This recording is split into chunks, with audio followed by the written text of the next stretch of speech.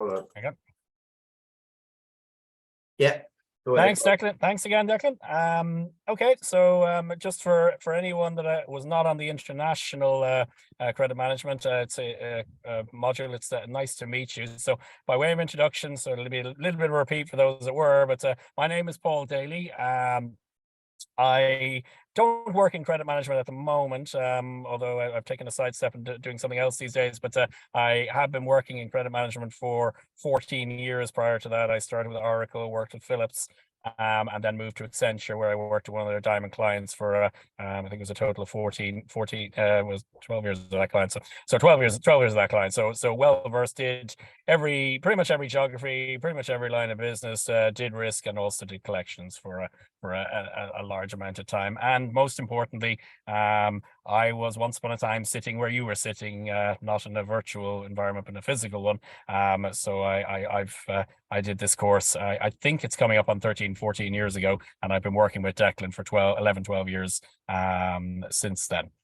And as Declan said, prior to that, in a different lifetime, I did do a business and law degree with UCD. So I was 4 years in the lecture theatre studying the legal stuff. So while this is a condensed version, I did do quite a bit of it in college. So I'm not a solicitor, I'm not a barrister, much to my dad's disappointment, and I'm certainly not a judge. But I'm convinced I'd make a good one. But that is my background. So what I'm going to do is I will take you through, just again, it's going to be a whistle-stop tour. It's just to give you a flavor. There's nothing detailed. There's going to be certainly nothing. If there's any clues as to what might be on the final exam, they're very much accidental. So it won't. I won't be going into any massive detail on any points. But I will just give you a whistle-stop tour as to what we're going to cover off in the 4 modules, and give you a little bit of a flavor of what the 4 law modules would be like, to help you make up your mind as to whether or not you want to do the law or you want to do international. Okay. Okay, so and I teach both. Okay, so either way you're with me. So module 1 for the law course starts off with the background and the sources of Irish law. Okay, so again, and this will be a little bit of a repeat from what you might have heard in the international bits. If you stopped someone in the street and you said to them, okay, well, how are the laws of this country made? The answer you'd probably get, well, it's agreed in the Dáil and then voted on by the TDs, and then ultimately goes through the Seanad and then ultimately the president to be signed into law. And that's what you will hear if you listen to the news, and that is accurate. That's where lots of our laws come from, but it's not the only place. The courts, for instance, don't just enforce the laws that we have in the land, although that's a big part of what they do. They do also, to a certain extent, drive them. Okay, because if one judge comes to has a set of facts in front of them, and it's the first time that it's ever happened, and the judge says, right, I think the plaintiff wins in this case, the next judge that sees it will look at that and say, well, okay, unless there's different facts, or unless I really disagree for some reason, I will probably follow the same way that the last judge did. Okay, so the courts in the country also, to a certain extent, make our laws. The Irish Constitution is another place where we get a lot of our laws from. So we haven't had a referendum. It's been it's been a few years now since we've had a referendum. But if there is something in the Irish Constitution that we want to change, it has to go to the people. A referendum is had. If one more vote goes on the yes side than on the no side, the change is made. If the reverse applies, then it is defeated, and the change does not happen. Although in some cases that may be, it certainly has been scenarios in my lifetime that things have been rerun and done a second time, maybe with some modifications to see if it's something that can be passed by. But the Irish Constitution is somewhere else where we get our laws from. And then the last place is the European Union. Okay, so we are a member of the European Union. Our neighbours in the UK have left, but we remain part of the European Union. So the European Union laws do apply to Ireland, and we'll talk a bit more like that in a few minutes. Okay. But those are the 5 places. Those are the places that we get our laws from. Okay. So that's the first thing we cover off in module 1. We're going to cover off the legal profession and some of the legal officers that we have in this country. Okay, we're going to explain to you what the difference is between a solicitor and a barrister. Okay, so if you watched that on the news on any given night, where you can usually find 1 or 2 cases on the news every night.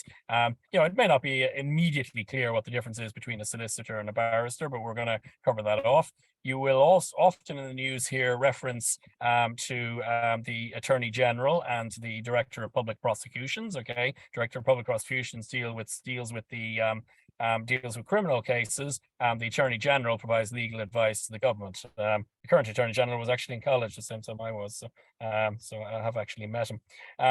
So the Attorney General provides legal advice to the government. Director of Public Prosecutions is essentially who does the prosecutions on behalf of the state where the law has been broken. So we will cover what those are.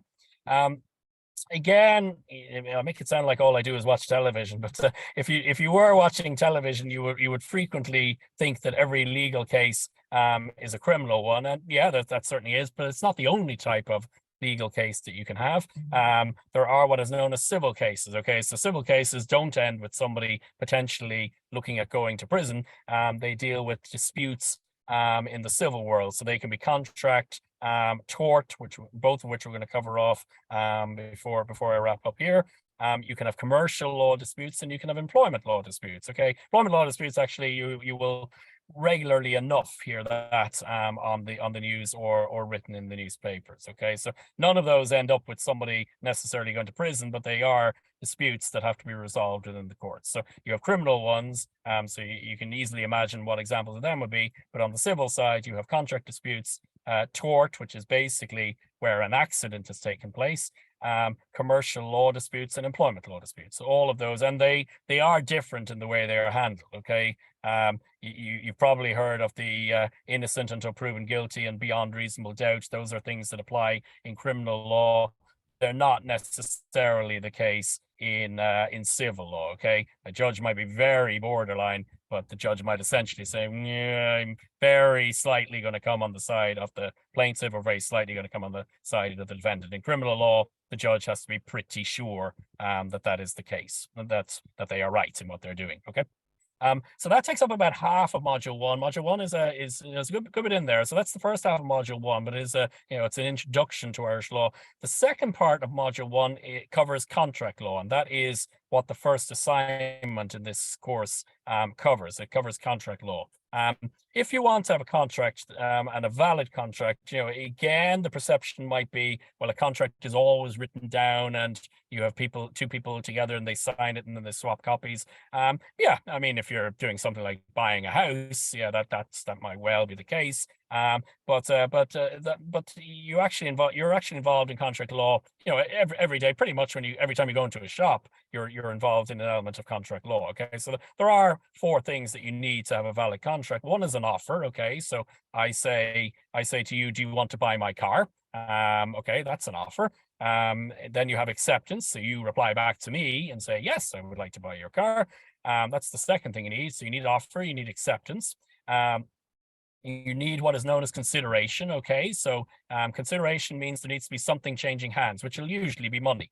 Okay, so it's not just, okay, do you want to buy my car? It's going to be, okay, do you want to buy my car, and are you going to pay me 10,000 for it? 10,000 is the consideration. Okay, if there's no 10,000, it's basically a gift. Okay, and enforcing that is going to be different to trying to enforce an actual contract. And then the last thing you need is intention to create legal relations. Okay, if I'm having a discussion with you about buying my car and I've gone to the trouble of advertising it, and you're having a phone call with me and maybe we're exchanging emails, yeah, that suggests an intention to create legal relations. If it's a discussion at 4 a.m. in a nightclub, when I've had too many drinks, that's less likely to be something you're going to be able to enforce. Okay, so those are the 4 things you need to enforce a contract: an offer, acceptance, consideration, which means something changes hands, and intention to create legal relations. Okay, and that your first assignment is going to cover that off. Okay, the last couple of things that we cover off in module 1 is kind of what are the remedies if a contract is deemed to have been breached. So a lot of times that's going to be damages, where say, okay, somebody's lost money. The court will say somebody's lost money. Here's the amount of money that I think they've lost. So the person who broke the contract, you need to pay the other party that sum of money. But there are other things. The judge can potentially force the contract to go ahead. So if for argument's sake, I've hired you to paint my house and you haven't done it, the court might say, right, well, you have 1 week to paint Paul's house. That's another thing. There is what is known as an injunction, whereby you say, okay, the court orders that you are to stop doing something. And there is also what is known as rescission, which is basically that the contract is essentially the imaginary contract, be it a contract or a real one, is basically torn up and we go our separate ways, and the court backs that. Okay. So that is what we have for you in module 1. Any questions on that?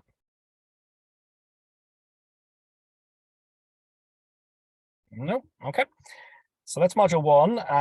Module 2. So there's kind of almost 2 modules in module 1. So that won't be the case in modules 2, 3, or 4. Module 2 is all about company law. Okay.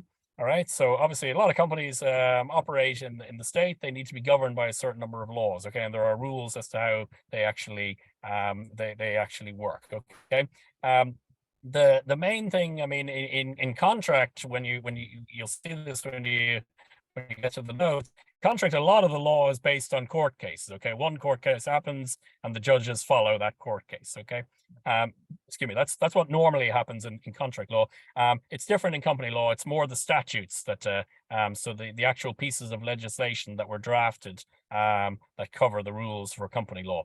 There's less in the way of case law. Okay, so the 2 bits of statute that tend to be followed are the 1963 Companies Act, and then more recently the 2014 Companies Act. Okay, and what these acts deal with is they deal with what it is that you as a company how you need to operate. Okay, and a key part of how you operate is what information you disclose to the public. Okay, because companies get investors. Okay, and investors need to know whether they're investing in something that's likely to be successful or not. Okay, so and the way they do that is they have a look at the company's books, and the way that they can do that is the companies have to submit certain returns every year, which indicate how the company is doing. Okay, and the obligations get higher depending on the size of the company, the turnover, and the number of employees they have. Okay, so that's the first thing we're going to cover off in module 2. We are going to look at the company's registration office. Okay, so if I decide I want to set up a company, there are certain steps to going ahead and setting that up. So the company registration office is the place where I go, and that is where you file. They have a register of companies' names. They will have notice to who is in charge of the companies, and they will take notice to who the officers are in the company, because there are certain people who are barred from taking up that role because of misdemeanors in the past. Okay. There is also the office of the Director of Corporate Enforcement. Okay, so they will enforce the rules. If somebody wants to, if you see a company behaving in a manner in which you don't think is appropriate, you can make a complaint to the office of the Director of Corporate Enforcement, and they will investigate and decide whether or not the company is breaking the law or not. A key thing in terms of companies and their officers is they are supposed to be separate. Okay, so you may be aware in credit management, if you're a sole trader, you are basically the company. Okay, so if you leave a large debt outstanding, potentially the person who that money is owed to can come after your house, can come after your car, and come after any money in your bank account. It works a bit differently when you're a company, but there are rules that come with that. Okay, so we're going to cover all of that in module 2. We're also going to talk about things like liquidation, so I suppose the nastier side of things, when things may be coming to the end of a company's life. So liquidation, where a company is basically dissolved and any creditors are paid as best they can be. So we will cover off liquidations. There's voluntary and involuntary liquidations. We'll look at that.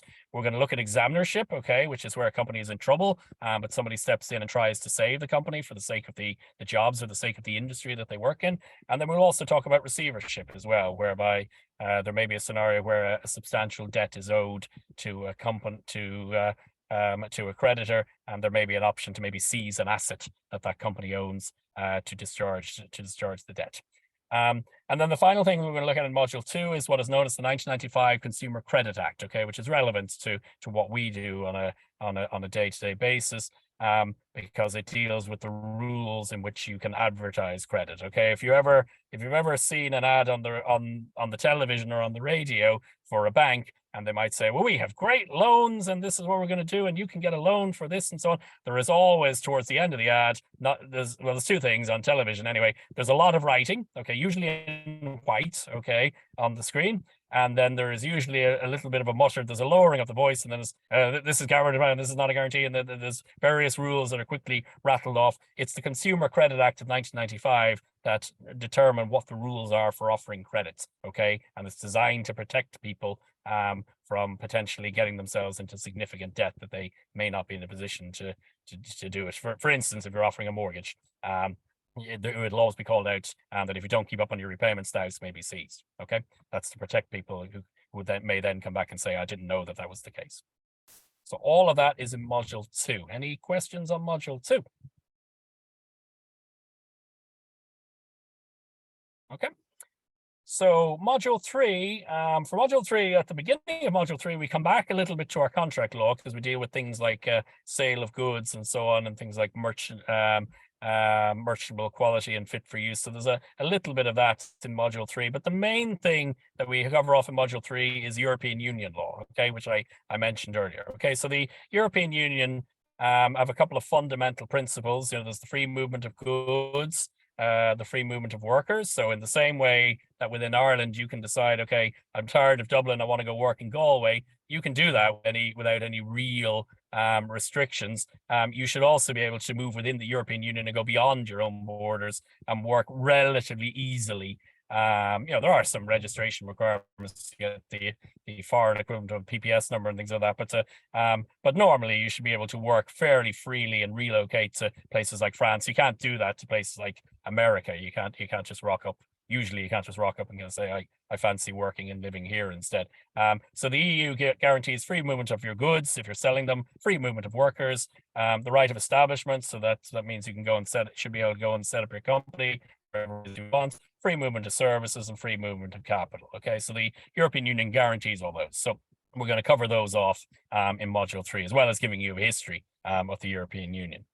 We're going to cover off the community institutions. Okay, so we're going to talk to you about the Commission. Okay, so countries appoint commissioners, and they essentially act as guardians of the treaties that have been used to put the European Union together. We will talk about the Council of Ministers, who meet a couple of times a year. We're going to talk about the European Parliament, okay, which basically runs the same as any other parliament, although it's very, very big. So we'll talk about the European Parliament and the 13 seats that Ireland has on it. And we'll also talk about the European Court of Justice. Okay, so you may occasionally see people on the steps of courts in Ireland saying, I'm not happy with this decision, I'm going to take this all the way to the European Court of Justice. Yeah, they can. Now, the slight tricky bit, which may or may not have come into their decision, is that if you're going to the European Court of Justice, you need to it needs to be in relation to something that has to do with EU law. Okay, if you just don't like a decision, you can't necessarily always appeal it to the European Court of Justice. But if you're saying my freedom of movement was hindered because of something that happened to me, the Irish courts have let me down, I'm not happy, you can bring that to the European Court of Justice and say, I should have been able to move from A to B, I wasn't allowed to move from A to B, and here are the facts of it, and the court can make a decision. Okay. So we will talk to you about the European Courts of Justice, and we'll go through where the European law comes from. So the first, it falls into 2 categories. You have primary sources of law, which are the treaties, okay, and there's 7 or 8 of them that were signed over the years, dating back to the 1950s. And then you have regulations and directives and various other things, which are the live ones. These are the laws that are being made here and now within Europe. So regulations are binding upon everybody in the way that they're drafted. And then you also have directives, which might be, say, the European Union would like greenhouse gases to be cut by 50% by 2030. And it's up to the countries to decide themselves, are they going to do it by taking cars off the road? Are they going to target big business who may be involved in pollution? Are they going to target agriculture, or are we going to plant more trees? Or what is it that they're going to do? The countries themselves can decide that. Okay. So we're going to take you through all of that in module 3. Any questions? Okay. And then the last area we're going to cover off is the area of tort, which I mentioned earlier. So tort basically deals with when something goes wrong. Okay. And in my head anyway, it's not exactly a correct definition, but it's to deal, in my head, it deals with accidents. Okay. But it's where things go wrong. Wrong is basically what the word tort means. So in order to prove a tort, in the same way in contract law, you have four things. You need to have offer, you need to have acceptance, consideration, and intention for legal relations. There's four things you need to prove that something has gone wrong to, because you are going to look to try to prove negligence. Okay, negligence is what you're looking to prove if something went wrong in your world, and you're trying to legally enforce it. So you're going to try and prove negligence, and there are four things you need to prove in order to prove negligence. You need to prove a duty of care. Okay, so the example I used to give whenever I was in a lecture theatre would be if, let's say, I start flinging my laptop around. If I'm nearby you, I have a duty of care to behave in a certain way that's not going to injure you. So if I start throwing my laptop around in the lecture hall and you're very close to me, that's a breach of the duty. So you need a duty of care. So you need to prove that the person has a duty to you. You need to prove that the person breached the duty and broke the rules. You need to prove some damage. So if I throw the laptop around but it doesn't hit anybody, that's not necessarily going to establish negligence. But if I throw it and it hits you and you've cut above your eye, then yes, so you will have the damage that you need to sue me. And you also need to prove a link between the two. Okay, so if I throw the laptop around and nothing happens to you, but then 10 months later you break your leg, you're going to struggle to prove that Paul had anything to do with you breaking your leg. If, however, I'm throwing the laptop around, because I'm throwing the laptop around, it hits you and you get the cut above your eye, then you can prove the link between the two. Okay, so those are the four things that you need in negligence, and we're going to be covering that off in module 4. We will also be dealing with two other areas.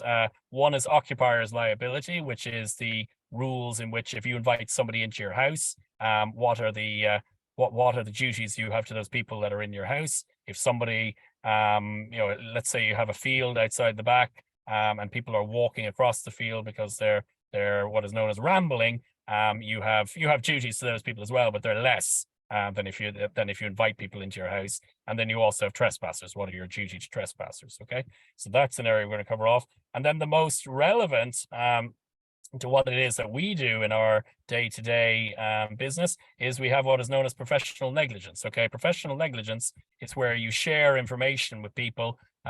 You get that information wrong, and as a result of relying on that, they incur some damage. Okay, so the same rules apply. You have to have your negligence, you have to have your breach of duty, duty of care, breach of duty, damage, and a link between the two. But the example that is the best example that you can come up with in terms of negligent misstatement it would be a credit reference. Okay, so if somebody gives a credit reference and you rely on the credit reference is not very good, and you rely, well, if the credit reference says that the person borrowing the money is good for potentially 10,000, the research that was done in it was poor, and then you lose 10,000 as a result, you may be able to, if you can prove it, you may be able to sue whoever it is that put that reference together, okay, for what is known as a negligent misstatement. So that's a specific one to our line of work, but there are wider scenarios as well. Lawyers and so on could potentially be bound by that as well. But it basically is you say something that is relied upon, that information is relied upon, and the person loses money as a result. Okay, that is what is known as negligent misstatement. It is your second assignment in law, and it is the final topic that I'm going to cover off in this introduction.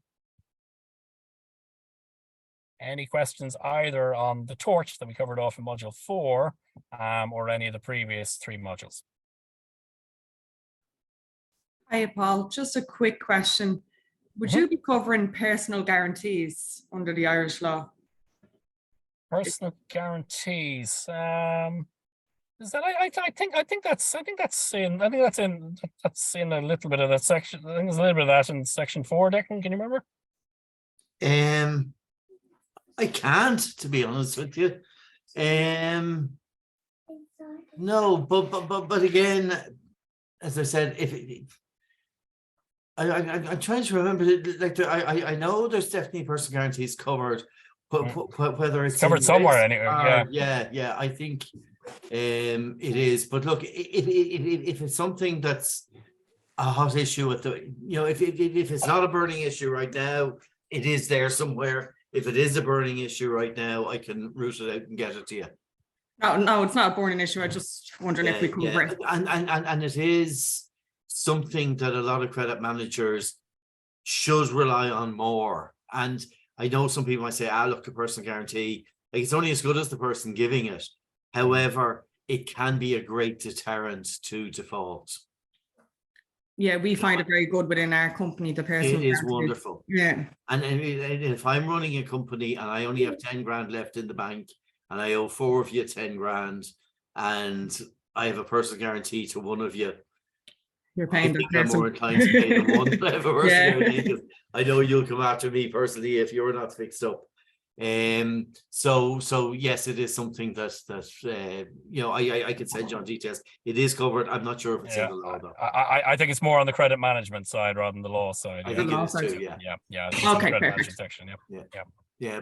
But again, guys, you know, if that becomes an issue, then talk to me, because there are ways of you know, securing, because what we want to do is do business, and you know, and there are ways to mitigate our losses in sort of hopeless situations.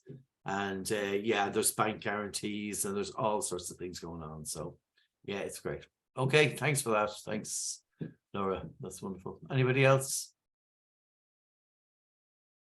Well, now either you're all very happy or very bored. So look, that is great.